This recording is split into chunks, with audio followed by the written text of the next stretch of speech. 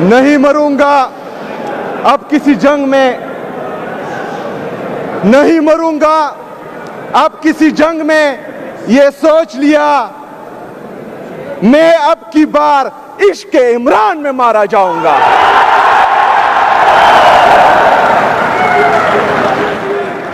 मैं अपने लीडर, अपने कायद, पाकिस्तान के सबसे मकबूल तरीन लीडर, पाकिस्तान के सबसे कबूल तरीन लीडर, 25 करोड़ आवाम की दिलों की धड़कन जनाब इमरान अहमद खान नियाजी साहब का